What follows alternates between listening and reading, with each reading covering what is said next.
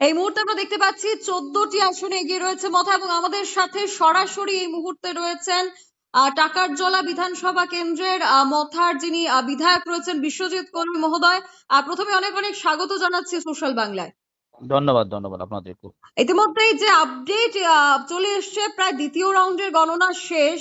14টি আসনে 14টি সিটে মথা এগিয়ে রয়েছে। কি আশাবাদী আপনারা যে শেষ পর্যন্ত কটা আসনে টিকে থাকবে মথা?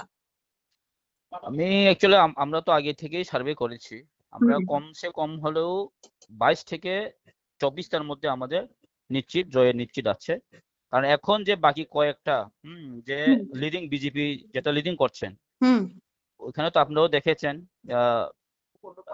বলুন 1000-এর বেশি তো খুব কমই, এবং আপনার মাছমারা এটা জেনারেল সিট, এটা শুধু একটু ডিফারেন্সেসটা একটু আছে, আর বাকিটা তো আপনি সামনে দেখুন, সামনে তো একদম 1000, মাত্র 1000-এর লিড তারা নিচ্ছে বিজেপি, এটা আমরা কভার করে নিব। যেখানে আপনার যেটা মনু সৈলেংটা এখন হলিউড চাকমা উনি এগিয়ে রয়েছেন, এটা আমরা জেনারেল সিটে। তো আর বাকি যে কয়েকটা আছে এটা আমরা একটু গণনার পরে এটা সব দেখা যাবে। মিনিমাম আমরা 24টা তো আমরা একদম হবে, কিন্তু আরো এক্সটেন্ড হতেই পারে। আচ্ছা, গত নির্বাচনে মথার কাছে যে আসনটা আপনারা পেয়েছিলেন, এবারে 24টা পর্যন্ত পাবেন। তো বিজেপি তো বলছে যে মানুষ নাকি মথার উপর বিশ্বাস করতে পারছে না। তো কি মনে করেন এবারের ফলাফলে কি প্রকাশ পাবে? ওইটাই তো আপনারা দেখছেন, মথার উপর কত ভরসা আছে নেই, বিজেপির প্রতি মানুষের কত আশা ভরসা আছে, তো বুথের প্রতিফলিত হচ্ছে। আর আমরা টাকারজলা কেন্দ্রে তো আপনি জানেনই কত চেষ্টা করেছেন, ইলেকশনের আগে কত সন্ত্রাস করার চেষ্টা করেছেন, আর এটার পরেও আবার 10 তারিখের মধ্যে আমাদের কর্মীদের উপর এবং আমাদের মহিলাদের উপর আক্রমণ করেছে।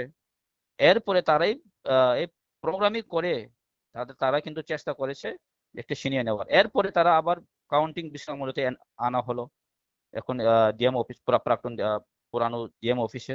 তো এখানে আমাদের কাউন্টিং চলছে, এখন বিজেপি থার্ড ডাউনেও কিন্তু ছাত্র বুথ ক্রস করতে পারেনি। তো আমরা দেখাই যাচ্ছে সব জায়গাতেই মথাই লিড করছে।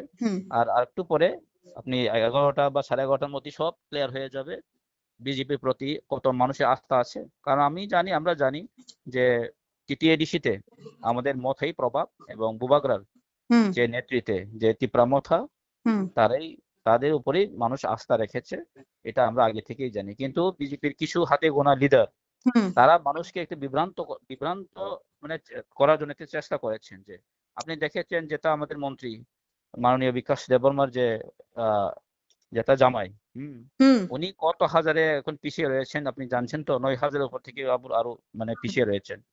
তো আমরা তো আগে থেকে জানি এটা হবে, কিন্তু তাদের যে মানে মানুষের প্রতি যেভাবে তারা কি বলবেন, দমকানো সমকানো, এটা দিয়ে তো মানুষ বুঝ দিবে না। তো মানুষকে টাকা দিয়ে কতজনকে টাকা দিয়ে কিনতে পারবেন? 1000-2000 মানুষ কিনতে পারবেন, কিন্তু 10,000-20,000 মানুষ কিন্তু টাকা দিয়ে কেনা যায়নি।